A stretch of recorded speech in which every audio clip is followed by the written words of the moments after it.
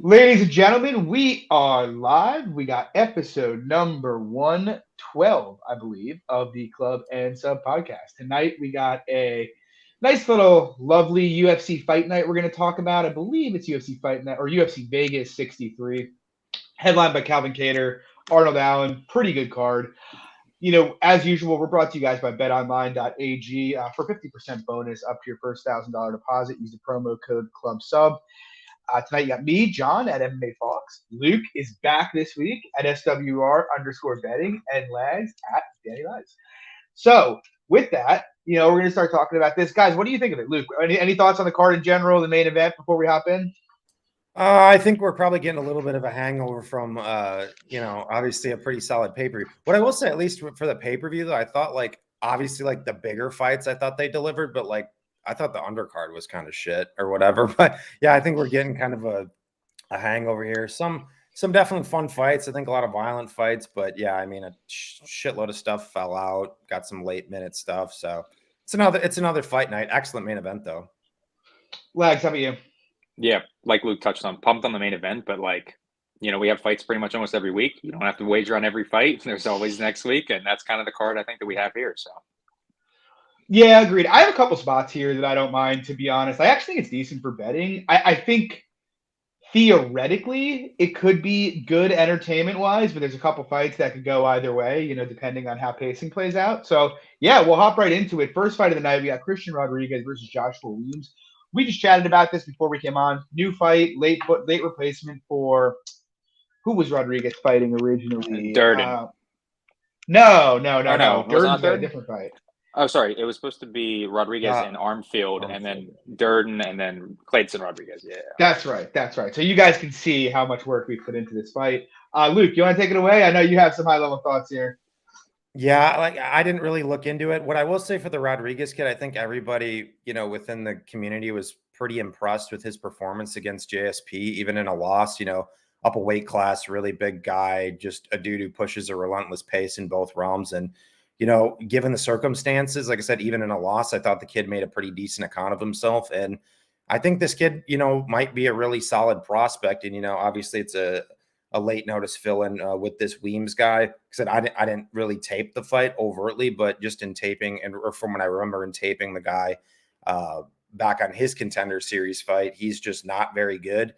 His kind of shining moment of his career is that he has the guillotine over Mo Miller, who everybody was, thinking was going to be in the UFC and turned out to be, at least a bust as of right now. Who knows what the development is, but I mean, he was still losing that fight pretty cleanly and catches the guillotine. But I mean, in general, the guy's no good. I think it's a good spot for Rodriguez. Props to anybody who jumped in on that open on Rodriguez. I think he opened 160. I think that was phenomenal line. If you were able to get in on that 300, I think market kind of caught up to it pretty quickly. So kid's still young. Like I said, still a bit more to prove, still some shaky stuff, in his historic tape too. So wouldn't be running the window to 3-1 on him. But I think if you got early numbers on Rodriguez under 2-1, I think that was an excellent look. Lags, any thought for you? Nah, no thoughts for me. Yeah, same. I guess I'm broadly with Luke. I mean, Rodriguez seems like a decent prospect. I don't really have much of an opinion on this fight. Moving on, we got Cody Durden, Carlos Moda. Honestly, I've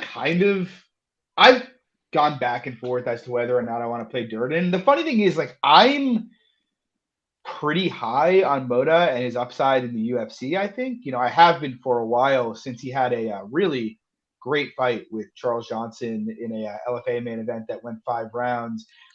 And, I think he brings a lot of interesting tools to the table. He's obviously very strong for the division, hits hard, good output, good boxer. But with that said, he's got some question marks here. In particular, I don't think he's got the best striking defense ever. His wrestling's a bit of an unknown. He's only been on his back a handful of times, and I haven't loved what I've seen. And his cardio is a bit of an unknown. And on the other side, you have Durden, who's another one who's kind of like a hard guy to know what to make of. Comes in his debut as a draw with Chris Gutierrez, great look, but then gets subbed by Jimmy Flick, beats Aori Quilang, beats JP Bays, gets finished in the first minute by Muhammad Mokaev. I don't know if I want to take the shot here on Durden, just because Durden's very reliable to come out hard and also very reliable to slow down. And I do kind of think Moda has more tools in a dogfight perhaps than Durden does. But at the same time, I think Cody Durden's a solid UFC level guy who's had a full camp. Carlos Moda is on like 5 days notice. We don't know what his defensive grappling is really like. So I know Durden's going to attempt 7 or 8 takedowns. I don't know. I'm not sure what to do here. Luke, what do you think? Yeah, I also have not gotten to this one. This was kind of another late get back together, but two guys that I am pretty familiar with. So kind of my high level thoughts are, I do think Moda does deserve to be in the UFC. I think he's pretty good, to be honest. You know, he was winning that fight against Charles Johnson, but he did slow down, and we actually have seen him slow down in a couple other fights, if I recall correctly. And, you know, with Durden, we obviously saw him push through hard against Gilang. Obviously, he was very tired in that fight, but still showed a lot of grit, toughness. You touched on the fact, you know, he's got some power, primary finisher, but Durden got some flaky tendencies in there as well. So I do think Moda probably has power advantages. Both guys can grapple a little bit. But yeah, I guess where I come down to, you know, maybe not, you know, running to the window to lay anything chalky on Moda is I do think he might have some cardio issues against a guy who's going to push him, especially coming in on less than a week's notice. So I think you can make arguments either way, but I guess my high level thoughts is probably a dogger pass, but I don't know. I don't think I'll have anything on it, even looking more into it though. Legs, what do you think?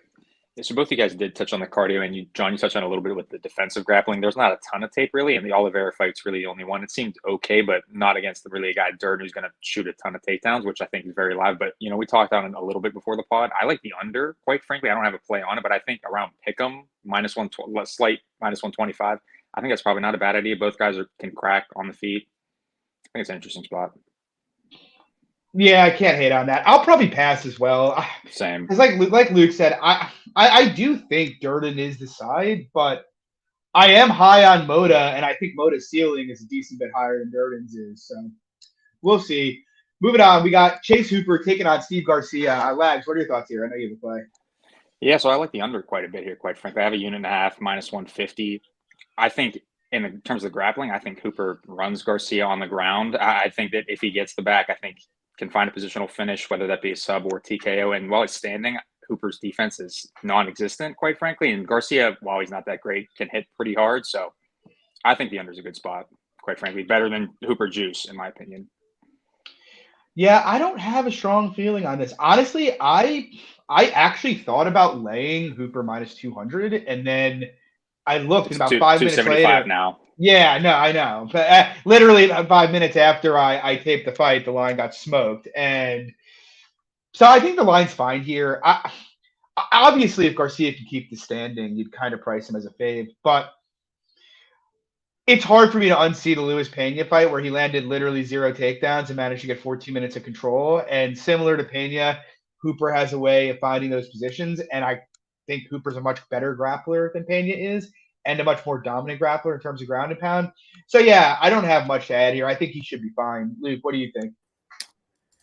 Yeah, I mean, I can't lay over 2-1 on Chase Hooper against pretty much anybody in the UFC. I just can't do it. I get it of him being like a large favorite because, like you said, I think the fight's pretty binary, and ultimately why I think the line is the way it is and probably makes semi-sense. I think it's probably still a bit too high personally, but is the Luis Pena fight like,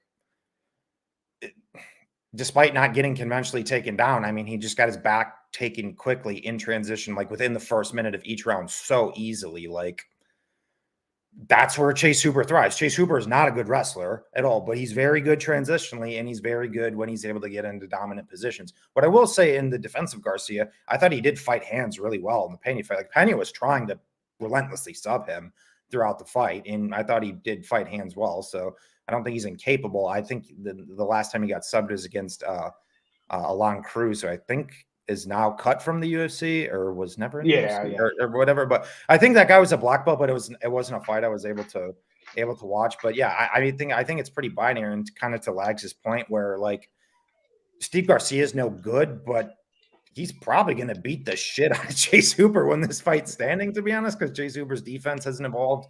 I don't think his striking's really evolved. So if you're going to lay that kind of number on Hooper, once again, I just like principally I can't lay that type of a number on someone who's relying on pretty much having to do one thing to win their fight, because if it doesn't happen and you're holding, 75, 70%, like, it's just not a position you want to put yourself in. So I'd probably more lean to Lags' side and go with more of just a violence approach. Just take the variance of the low level side out and hope, somebody finishes. Yeah, agreed. Moving on, Luke, I'm gonna stay with you here. We got Joseph, what's his name? Ugly Man Holmes taking on the Iron Turtle, Jin Young Park. What are your thoughts? Well, in our boy C's eyes, his nickname is actually Homeless Holmes, which I still always get a kick out of. But yeah, I've kind of been a Park truther over the years, and I actually have made a decent amount of money betting him. I kind of came away with saying I think the line's probably accurate, more so based. I can't really disregard the size discrepancy between these two here. Like Holmes is going to, I think, like 6 inches of height, 7 inches of reach, or something absolutely crazy like that. But Joseph Holmes' best win is Alan Amidovsky. And we've seen Park go out there and not only compete, but just beat, much better guys. I just think he's a much more skilled fighter. He's proven much more. So him being a sizable favorite makes sense. It's just, there's been points with Park's career that I just don't like. One, he's just very reliant to give his back when he's on the ground. Holmes, I think, actually has a pretty good back take when he's able to get into those positions. So that makes me nervous for Park. Like I said, the length makes me nervous for Park.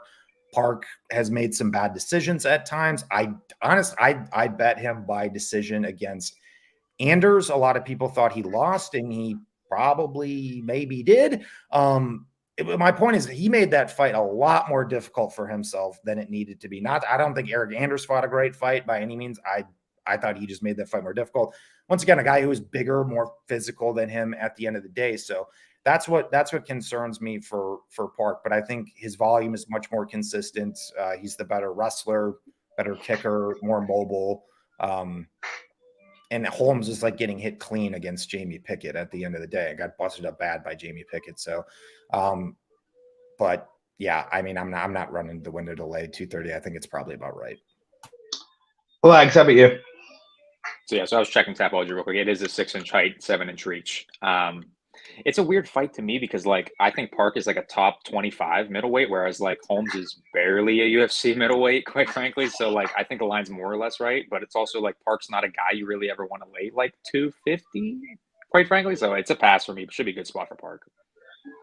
Honestly, I haven't bet it yet, but I've been considering a play on Park. I do understand the size angle, and that's kind of my fear as well. At that end, we haven't really seen Holmes have to defend takedowns that much. And what I have seen, I haven't really liked. I don't think he makes a good base. I don't think he works for underhooks very well.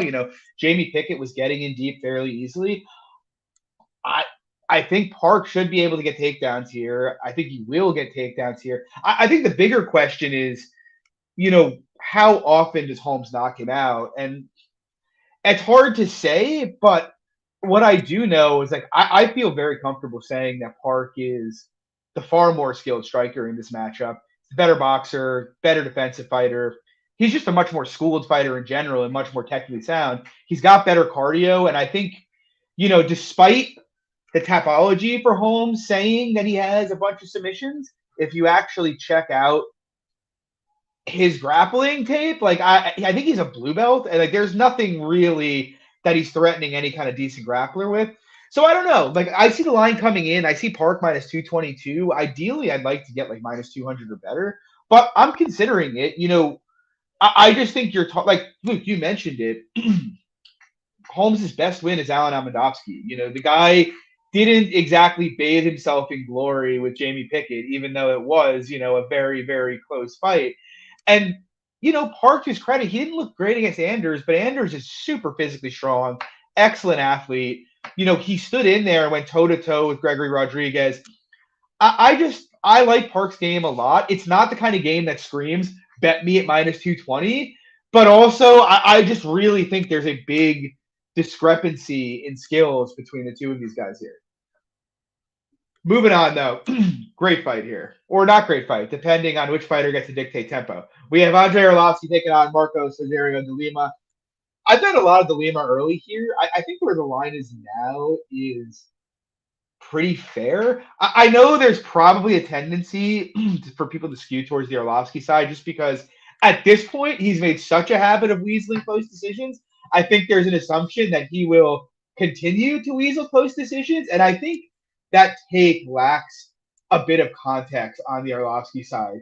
Because if you look at all these fights, again, he's weaseling close decisions with guys like Chase Sherman, Carlos Felipe, Jared Vandera, Jake Collier. Now, Collier's decent, right? But he's not like great. He doesn't pack much finishing potential. Vandera is, we'll talk about him soon, but I mean, no one's talking about Jared Vandera as being a top 20 heavyweight. And so I think it kind of disguises what's going on. And that is Arlovski, if he can dictate tempo, get in and out, and point fight you, he will for 15 minutes. And he's made a living off that in the later part of his career, kind of being like the old school guy who just knows how to, use his veteran savvy. But I think that's a problem here with De Lima because I think De Lima brings a lot to the table, what some of those guys like Vandera and Collier in particular brought. But the big difference is, unlike Vandera and Collier, De Lima is a huge hitter.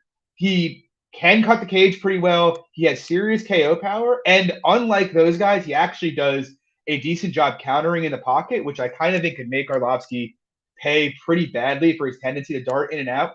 And then beyond that, I think De Lima's got a sizable wrestling edge here, to be honest. Like, he's not known for being a wrestler, but when he's gone for it, he's decent. And we've seen Arlovski in the later stages of his career really show kind of a deterioration in his grappling game when you think about the Collier fight and the Aspinall fight in particular, which was very disturbing.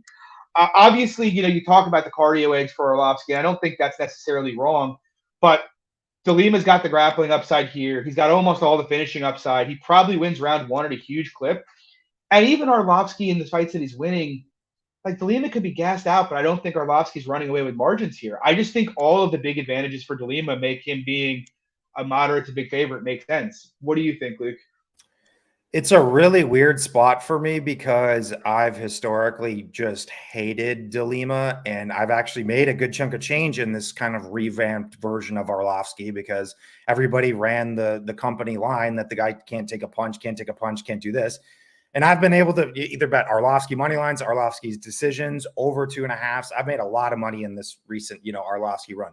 But this is where I'm actually jumping ship, and I'm actually with you as well, John. I played De Lima at 160. I wouldn't touch him right now at all over 2-1 personally, but at 160, I was completely fine with it. And I think you pretty much hit on all my main points. I think what people are losing, at least from Arlovski weaselness potential here, which he still very well could. I'm not saying he couldn't, but the guys he's fought in more of his recent run, or at least his recent stretch of wins, are primarily volume strikers, and they're not power strikers. De Lima hits like a fucking truck, man. He's a big dude. And to your point, I think he's going to make Arlovski pay.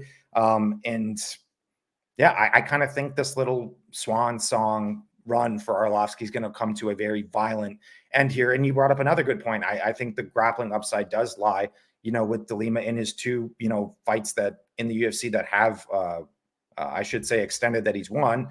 They've both had significant wrestling components where he's went out there and just grinded out the guys too. So I think that's in play. And the last thing I want to note too for De Lima, at least in relation to Arlovski not getting knocked out recently. I mean, De Lima knocked out Ben Rothwell. You can say what you want about Ben Rothwell, but prior to that, Ben Rothwell hadn't been knocked out since 2009. He went out there and dusted him in 2 minutes. So that's all I'm saying. So like I said, this is the opportunity for me to jump ship on Arlovski. And I think De Lima puts him out. And even if the fight is extended, I do think it's a scenario where De Lima can still win on optics and power shots too, where to make it more decisive, I guess, than maybe some of these other Arlovski weasels. But that's just me. Lags, how about you? You guys hit a lot of the main points, and really kind of what Luke was just going on there. The money line where it's at now, I have no interest. I think the only really way I would look to play the fight would be De Lima KO1, which is plus 420, which isn't horrible. Not bad, but I think that's largely what's going to happen here. Quite frankly, I think the big power De Lima is going to put Arlovski out early. So, yeah, agreed. Moving on, good fight here. Well, again, it's another one that could be a great fight or it could be boring. We got Holmes and Leedsa taking on Phil Hawes. Luke, what do you think? Weird fight. I came very, very close to betting Phil Hawes, and I still might, depending on where the line goes. It looks like kind of money's kind of creeped back in around him. Like I just came away with saying that I think Hawes is just going to cleanly win minutes in this fight in both the striking and the wrestling. I think all the upside lies there for Phil Hawes.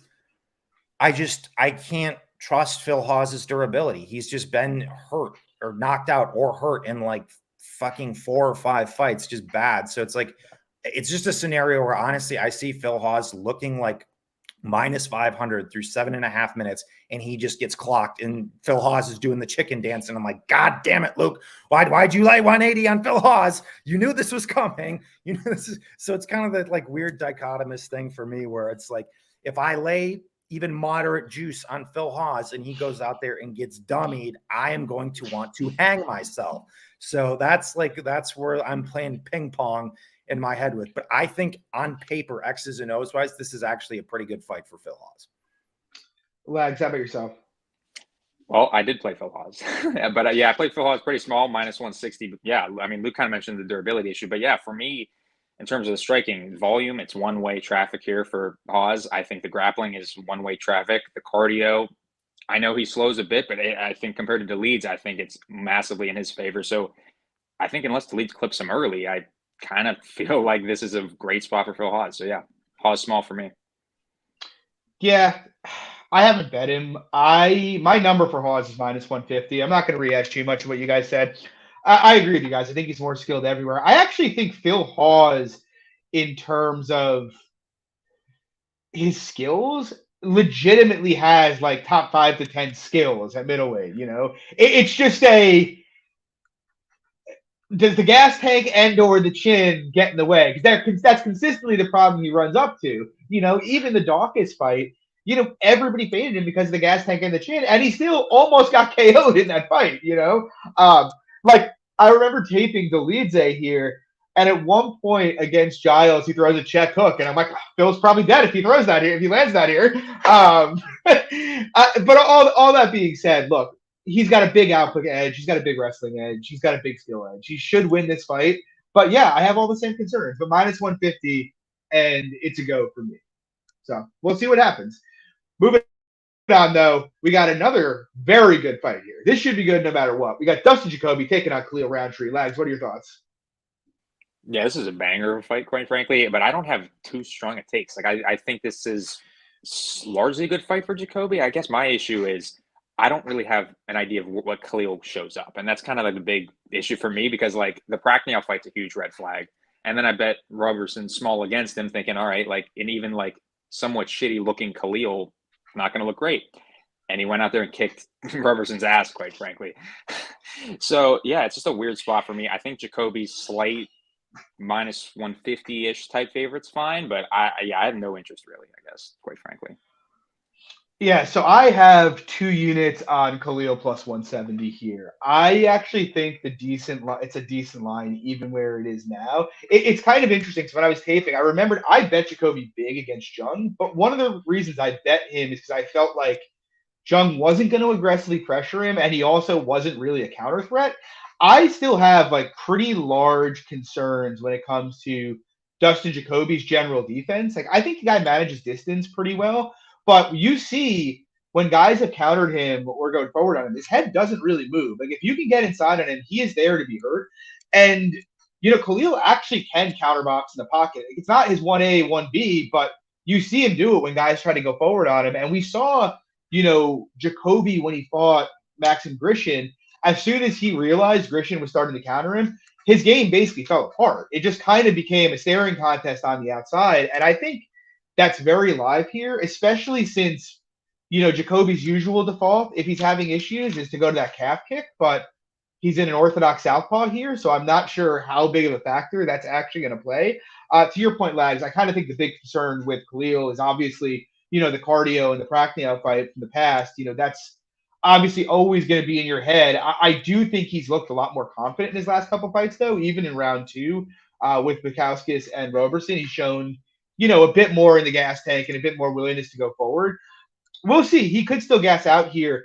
But I think Khalil's going to have opportunities to hurt Jacoby here. And while Jacoby might be a better technical kickboxer, I just think he leaves more openings than Khalil does. And I wouldn't be surprised if Khalil's power turns this into kind of a low volume staring contest here. But I think Khalil's got more finishing upside in this fight. I kind of think it should be around evens. Luke, what do you think? I'm kind of with legs in the sense I'm kind of done handicapping Khalil Roundtree fights because I don't know what fucking guy's going to show up.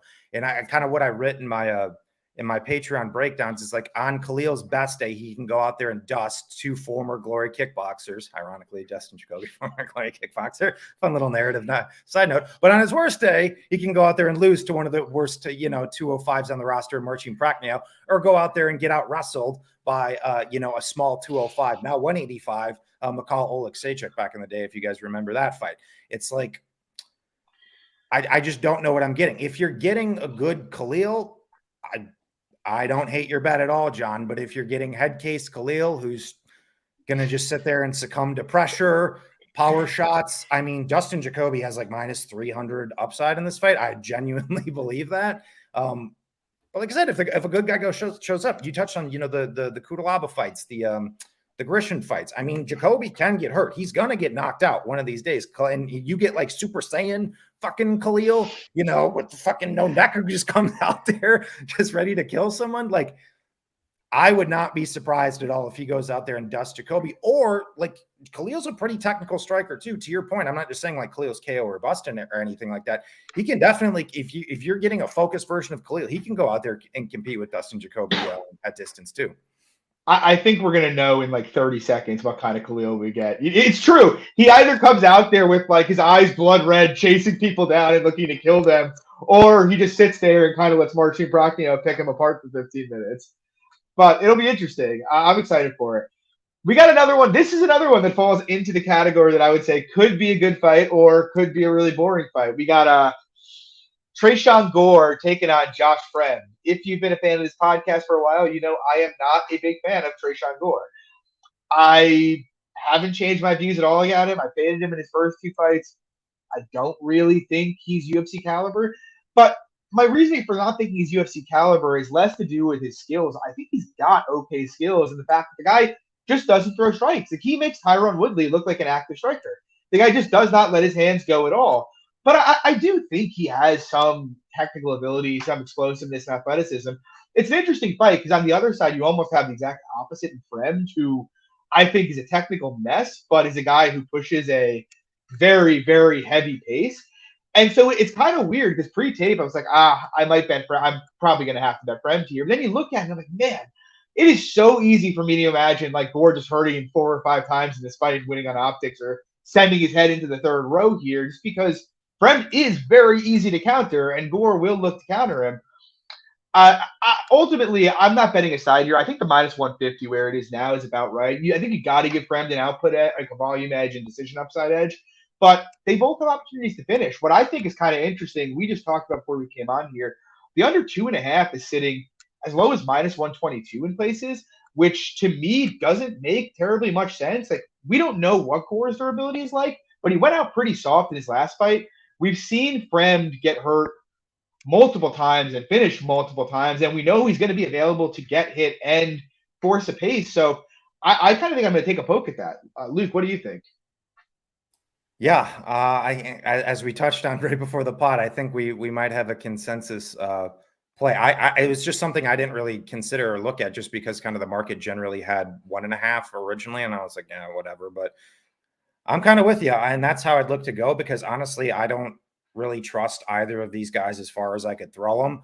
I think you broke down the fight pretty well, and that's my big issue with Fremd, where like I think him being favored makes sense for what you said. I think he has just a more consistent pace, which in theory, more often than not, is probably going to lead to him winning more decision more often than not over a guy like Gore. But you brought up a really good point, man. Like, what I don't like about Fremd, and that's just glaring on tape, is after he throws his combinations, he doesn't move his head. He doesn't have any footwork. Like, it's almost like either he's like confident in his chin or his durability, or he like doesn't respect his opponents at all. Like he's just there. Like he is available 4 days. Like even the decision win that he had, I think the guy's name was like Valenti or something, right? Pre-UFC. He got dropped by that guy, and that guy was no good. Like no good at all. And like you said with Gore, obviously the concern there is with the volume, but I still think he is a fast, powerful, explosive type of athlete where I think Fremd is kind of like a noodly white boy type of deal. So yeah, I can see finishes on both sides here, because I mean I did not think Tresean Gore was going to get knocked out by Cody Brundage, and the market did also not think that Tresean Gore was going to get knocked out by Cody Brundage, because that line was plus 550. I'm not saying that he necessarily, on the rap sheet win or lose, but he was only 15% to knock out Tresean Gore. So durability definitely questionable. I think the under 2.5 is the way to go here. Lags, how about you? Yeah, I think quite frankly I think we have a consensus play here on the under here. I think it's a good look, and shout out to one of our good buddies, Gugabe. I think great spot, great talking point of this fight is Fremd is better at mixing the martial arts, as he would say. I don't really think Gore's all that special. He's got some power, but like you touched on, the volume's not there. I think the under's a good spot because Fremd will be there to be hit, and I think he has pretty much all the grappling upside. Gore's kind of like a good case study of why guys don't come into the UFC with 3 fights anymore. Yeah. But you just need more time in the cage. You don't want to, when you have the holes Gore has, you don't want to be in there with like guys at the top of the sport, But from a market perspective, real quick before we move on, I do think it's interesting that the market thought Gore should be a slight favorite against Battle and Brundage, but here they're favoring Fremd against him. Like I don't know what you guys think. Personally, I'd favor both Battle and Brundage against Fremd. Yeah, that's just my take anyway. Yeah. I don't know. Maybe not Brundage, but I played Brundage against Gore. I'd have to think about it. Yeah, fair. And I put you guys on the spot. Moving on, though, we got a sloppy, high action, what should be high octane heavyweight fight. We got Waldo Acosta. God, how do I say this full name? Waldo Cortez Acosta taking on Jared Vandera, the Mountain. Luke, what do you think? I'm going to ruffle some feathers here this week. I think this line's stupid. I don't understand Acosta being 2-1 against really anybody in the or like what he's done on tape does not suggest he should be 2-1 over anybody in the UFC. And then you can say that Jared Vandera shouldn't be in the UFC, and that might very well be true. But my point is, like, it is a sloppy, low-level heavyweight fight, and honestly, there's like 10,000 different talking points here for me, but I'll try to keep it as abbreviated as possible. The first thing for Acosta is like, he comes from a pro boxing background, but the guy's fucking 3-3 who's been knocked out twice. So get this pro boxing thing out of my fucking face. 2, if you go back and watch his regional tape, he hasn't fought anybody who can like even competently throw strikes. He's fought nothing but like base shitty regional like wrestler grappler guys. Yes, is Jared Vandera a wrestler grappler by base? Yes, but in fact, how he's actually fought within the course of his career, he's more of a kickboxer. And this is this is the thing with Vandera, right? He's not very good, but I think you have to throw the Spivak, Romanov, and Oleinik fights out completely here. I think all 3 of them are completely irrelevant in relation to this matchup. And then, the guy goes out there and out kickboxes Justin Tafa. Justin Tafa closed as a -189 favorite in that fight. Everyone thought that Justin Tafa was a better kickboxer, was going to go out there and kill Jared Vandera. Didn't happen. Both things didn't happen. Jared Vandera actually went clean. Jared Vandera went out there and had a competitive kickboxing match with Andre Arlovski. If the guy's truly that bad and it's truly that terrible, you don't have a competitive kickboxing match with Andre Arlovski. Like that's not the point. And then he goes out there and, goes strike for strike with Shea Sherman. I know people talk shit about Sherman. I've talked a fair amount of shit of my own, but the one thing you can't knock Sherman for, the guy lands over like 6 significant strikes per minute, mixes it up pretty well. He's always been a potent offensive striker, right? It's just his defense and cardio and stuff. That's neither here nor there. But then, Vandera gets clipped with a minute left in the fight. And now people are saying that the guy has no durability. That was the first time the guy's been knocked out at distance in 21 pro fights with a minute left in the fight where he got caught. So now the guy's not durable. my thing is, if this goes to decision, I favored Jared Vandera because he's more consistent to throw strikes. He has more tools, and he's just proven more than this guy who's just been able to, beat a bunch of nobodies. And how much power does this Acosta guy really have when you can't knock out Muhammad Daris? Like, are you that big of a hitter if you can't? Muhammad Daris was legitimately turning his back in that fight.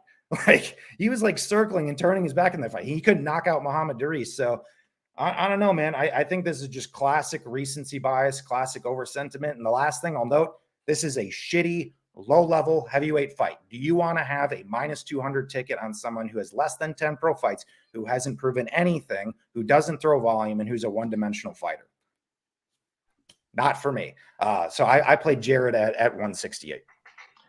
Agree. Lags, what do you think? So you guys touched on both that it is a sloppy, low-level heavyweight fight, and kind of what Luke was touching on with the kind of the recency bias of the Vandera durability. The over 1.5 here, I played it small, is minus 125, and I think that's a great spot, quite frankly. I mean, I think the durability, while yes, Jared is fairly hittable, the dude's durable as shit, and like Luke touched on, I don't think Acosta's power is that translatable to the UFC, so I think this could very much be a sloppy fight, quite frankly. Yeah, I bet Vandera as well. I'm not going to rehash everything Luke said, but I think the reality here, like, look at the guys who Vandera has taken L's to in his career. The only dominant L's he's taken in the UFC were grappling-based L's against all pretty good grapplers who I would favor. I might even favor Olenek at this point against Acosta, if we're being honest. The striking fights, like you mentioned, they're all close fights. You can make an argument that he won the Arlovski fight. The Sherman fight was headed towards very close decision territory. The guy's much more proven. He's got way more fights. He's very durable. I actually it's weird because I have a unit and a half on him at like plus 187. And I've been sitting here like, should I be bigger in this spot? Because I do kind of think Vandera should be a favorite. Like, to Luke's point, I do favor him if it goes the distance. And I'm not sure.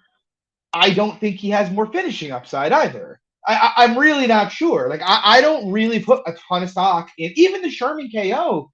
He's ate about 40 straight shots before he went out in that fight. I don't know. He checks a lot of boxes here. I don't think the Acosta line makes any sense at all. I don't even really get the hype. That kid he fought on Contenders was undersized and lighting him up before he knocked him out. Yeah, War Vandera. I think this is a pretty clear. Yeah, shoot, Luke. Oh. Yeah, I was just going to say, too, like, in regards to the durability factor, like, yeah, I mean, we know Vandera gets hit, but it's like, if he was not durable, why did he not get hurt in the 100 fucking strikes he ate prior to that? Just something to think about. What were you going to say, Alex? What I was going to add real quick, throw some narrative in the soup. He took this camp at King's MMA, Jared Vandera. Yeah.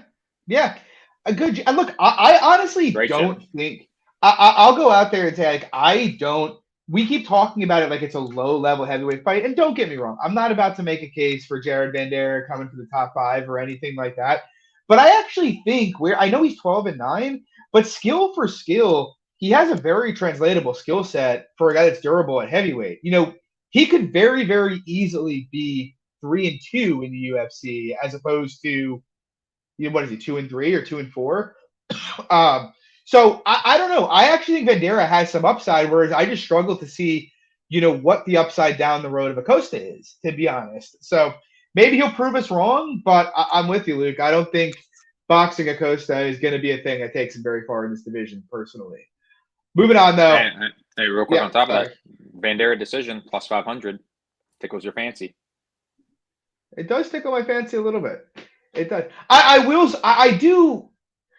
I don't know what you guys think. I do worry a bit, though, because, like, Vandera does push a pace. Like, he's basically never in a standing fight where he's not pushing a pace. And I could see Acosta collapsing down the stretch in that kind of a fight from it.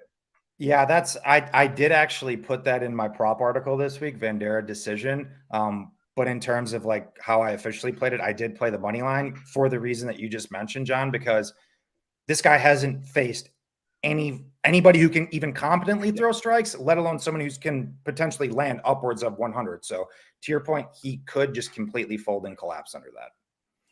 Yeah, agreed. Moving on, we got a really Honestly, it's kind of a weird co-main event because both guys are pretty old, but it should be a high action one. We got Tim Means taking on Max Payne Griffin. Max Griffin, he's the favorite in this spot. Lags, what do you think of this fight? Yeah, touching on it first, we were saying a weird co-main event spot. I think, quite frankly, I'd rather have. I'm looking up at the card. I mean, Arlovski probably would be a better spot in the co-main. Maybe the Jacoby fight in the co-main. I think Griffin's sizable-ish favorite makes sense. I just have a huge red flag in terms of his cardio. Like I think I don't know, it's not great. Like I played Magny decision against him, and obviously that was much closer than it needed to be. But like you did see him slow down. You saw Magny touching him up. Quite frankly, Means is old. Durability, can't really trust him. Quite frankly, I think again, good spot for Griffin. But am I laying minus 180, 190 on him? No. Yeah, I mean, honestly, 3 years ago, I'd have bet Means at this number in a heartbeat. I think he would have handled Griffin. And I say this as a fan of Max Griffin, who I have always been kind of higher on than the market is. But, Tim Means at both of their respective peaks was certainly the better kickboxer by a decent margin. But he does seem like he's declining a bit here. So I don't know. Griffin moderate favorite makes sense. I'm with you. The cardio is a concern. My issue is though for Means to meaningfully take advantage of it, he's going to have to force this fight into the fire, and he just doesn't react well to shots these days. But with that said, I'd rather bet Griffin KO than Griffin money line, to be honest. I'm not really dying to play either side, but Griffin KO is about plus 300, and if you think the money line is right at minus 200. That's probably a good look. I don't think if it goes the distance, I'm not at all confident about a Griffin minus 190 bet because I do still think Means' volume is very reliable, and that likely means you get some takedowns too. But no play for me. Luke, what do you think? Yeah, I guess you guys have to let me know what you think about this. I actually took the under at plus 145 the other night. I just think it's going to be a high action type of fight. I mean, both guys are pretty reliable to push a pace. Even specifically on the Means side, like Tim Means has fought the same way throughout his entire career. He's going to be a forward pressure boxer who's going to let his hands fly, who's got some pop and who's got some power of his own. We've seen Max Griffin hurt before. They'll throw high kicks. But to your point, I don't like how Means is reacting to shots. He's been significantly hurt in like 4 of his last 7 fights. 38 years old now. He's talked about, I don't know how much longer I want to do this and all this stuff. And I actually think Max Griffin is probably actually in the best part of his career right now, even though he's 36. I just think he's looked much better. I know he lost to Magny, but he actually outlanded Magny at distance by like 20 strikes, which not many guys can actually say. You can honestly make an argument he won that fight. Obviously significantly hurt him as well, but I think this fight's just going to be chaos. It's going to be a car crash. Tim Means forces a dogfight in every single fight. I'm not saying I have any supreme degree of confidence in it. I just disagree with the under being plus 145. I think that should probably be around evens, probably a little bit slightly favorite money. Yeah, I actually don't hate that just because, I mean, the guys who Means has gone to decision with lately, I mean, Staropoli had to survive getting hurt multiple times. Dalby refused to engage, and Perry has concrete for his head. So it took a ton of damage that fight. Yeah, I don't hate that. I'm excited for that fight though. I think it'll be pretty fun. Moving on, we got a great main event here. We got Calvin Kattar taking on Arnold Allen. Current money lines, I'm seeing we got Arnold Allen. Well, it's minus 110 aside now. You can still get Kattar as low as plus 100 over on FanDuel if you're so inclined. I bet Kattar for 2 units here. I've thought of going more, but I do think there are some moderate concerns I have, regarding both the damage he's taken and his ability to, cut off the cage. But honestly, like looking at this fight, the one thing that I can't get out of my head with Allen is the Sadiq Yusuff fight. Because I don't think, I've always had some concerns with Kattar's ability to cut the cage, but it's not that it's bad. I just, I've always felt like guys with great ring craft would be able to kind of just school him. Like we saw, however many years ago was Nato Moicano, who basically just danced on the outside and picked him apart for 15 minutes. But I wouldn't say it's worse than Sadiq. And you go back and look at that fight where Allen had with Sadiq, and that's 2 fights ago. He basically lost 13 minutes of that fight. Outside of two big moments in the fight, he pretty much lost. And I can't get that out of my head, and I can't get out of my head the fact that Allen gassed down the stretch in that fight, either in a 3-round fight. And additionally, it's the only fight that Allen's had in the apex in the small cage. Whereas Kattar, he's had multiple 5-round main events there now. I just think I can see why people say this should be evens. I think technically they're similar levels as boxers. Kattar's probably a bit more hittable than Allen is. But I think when you extrapolate from there, it's like Kattar's volume upside's a lot higher than Allen's. Like the reality is we have seen Arnold Allen out attempted at distance by Nick Lentz. We saw him badly outlanded at distance by Sadiq Youssef. We've seen him out attempted by other guys at distance. He doesn't really have any grappling upside in the spot. Maybe he'll get a takedown or two, but he's not going to hold Kattar down. I'm supremely confident of that. In terms of power, is it possible Kattar's damage that he's taken catches up with him? Yes.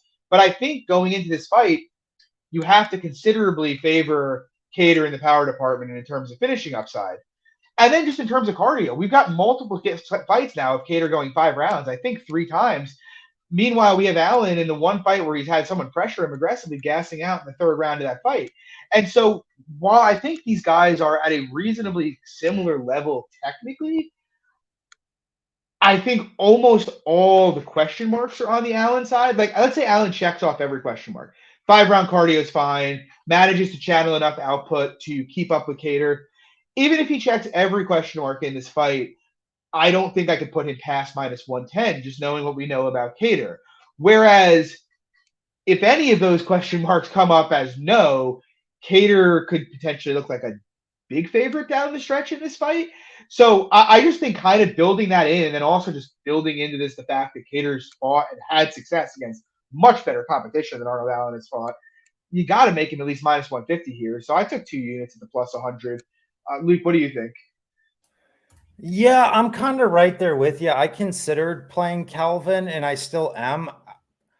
I want just a bit better of a number personally to do it, but I don't really disagree with anything you said. I do think the question marks do lie on the Allen side. I mean, I'm not a big narrative guy, but there's certain narrative things that I'm trying to like get better about and like acknowledge. Like a guy who's had 4 5-round fights like can't be ignored. Like having that 5-round experience, being in the deep waters against really good guys too, to some tough motherfuckers in there where, we haven't seen Allen in those deep waters. How does he deal? You touched on the Steak fight that he got a little bit tired. Even in the fight with like Nick Lentz, I went back and watched that one. Like Nick Lentz pretty much just like walked forward the entire time. And he actually won the first round off of Allen. And, Allen actually did win the last 2, but he was tired in that fight just because, he was boxing the shit out of Nick Lentz because Nick Lentz has no defense and is not a very good striker, but just the relentless, like he was just walking in. Allen just was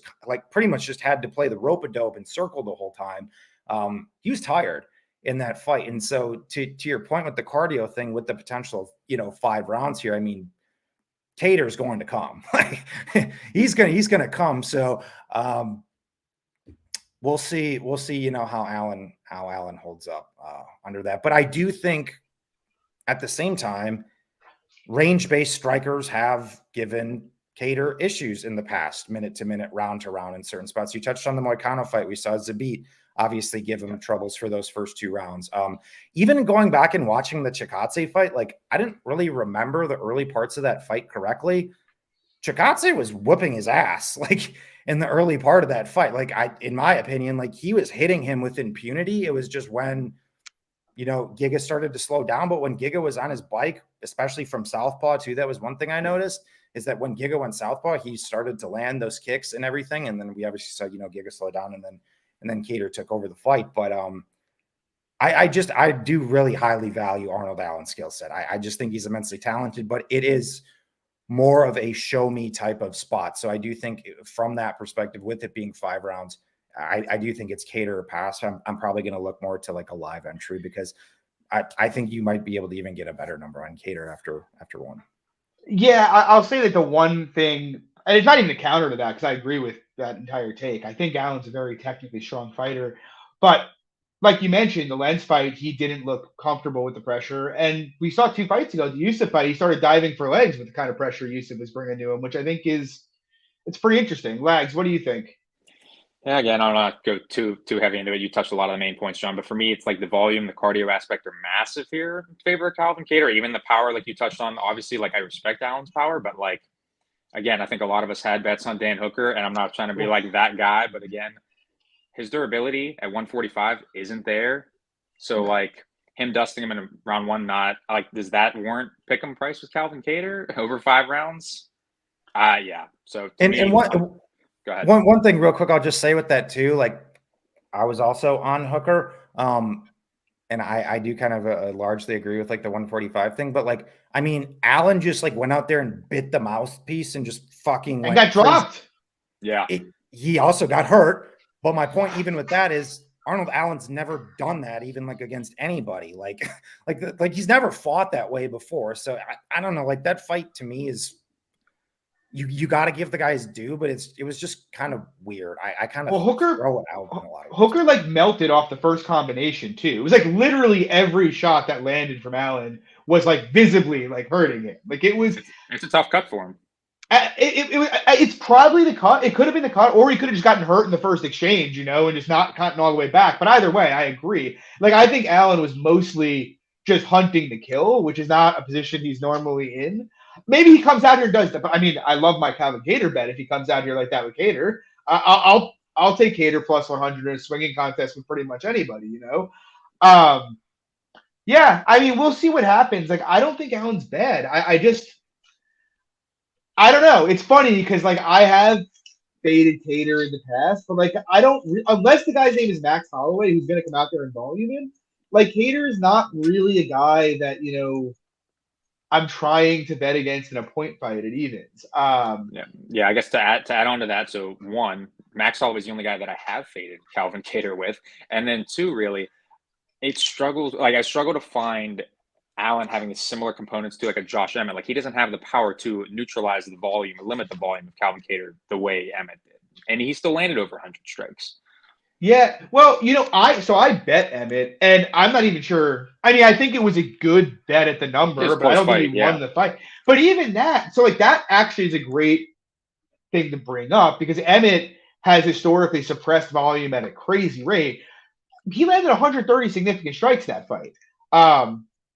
Allen, I think the argument is he's suppressed volume, but like there's not the one top 20 guy he's fought is Yusuf, and there's not really any evidence of him suppressing volume there or in the Lentz fight. Really, he was just better than Lentz. So I don't know. I feel pretty good about Kattar. Glenbot asked how's Boston's wrestling. I don't think Boston's or Kattar, I should say, is in any real danger wrestling-wise here at all. I mean, Zabit took him down 3 times and couldn't do anything with it. I don't think.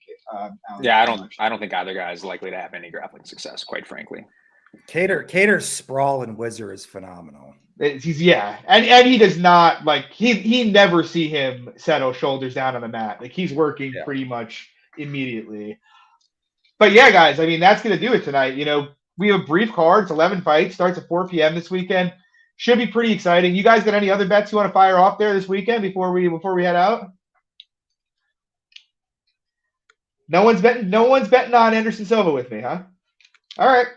I might. I still think I still think that whole thing might be a fucking work, which is what's keeping me off I'm kind of with Luke here. Yeah. I have 3 units on Silva. It would be like 10 units if I didn't also have the fear that it was a work. And maybe he's washed. I don't know. But I think Anderson Silva at plus 150 in a boxing match with Jake Paul, you have to have a decent chunk of that for the culture, if for nothing else, I will probably have something for the culture. I don't know about 3 units of culture, but I might have a little bit of culture. I'm just feeling a little good after Islam last week, and we got to roll those winnings into something, But yeah, guys. Thanks for coming out tonight. As always, if you like the show, please drop a like and subscribe. We'd really appreciate it. If you don't mind sharing it on social media, we'd appreciate that as well. We're really trying to build this up in the next year. Guys, as always, you got me, John, at MMA Fox, Lags at Danny_Lags, Luke at SWR_betting. We'll talk to you guys next week at the exact same time. We're going to be chatting. Is it a pay-per-view next week? No, I don't think so. It is not. No, we have, let me scroll down here real quick. We have a UFC Fight Night headlined by Lemos and Marina Rodriguez. Banger of a main event. Another all-female main event, but that's a pretty good one. But yeah, guys, thanks for coming out tonight. Good luck on your bets this weekend. If you're following us, good luck if you're fading us, but I hope you lose. We'll see you next week. Thank you. Take it easy.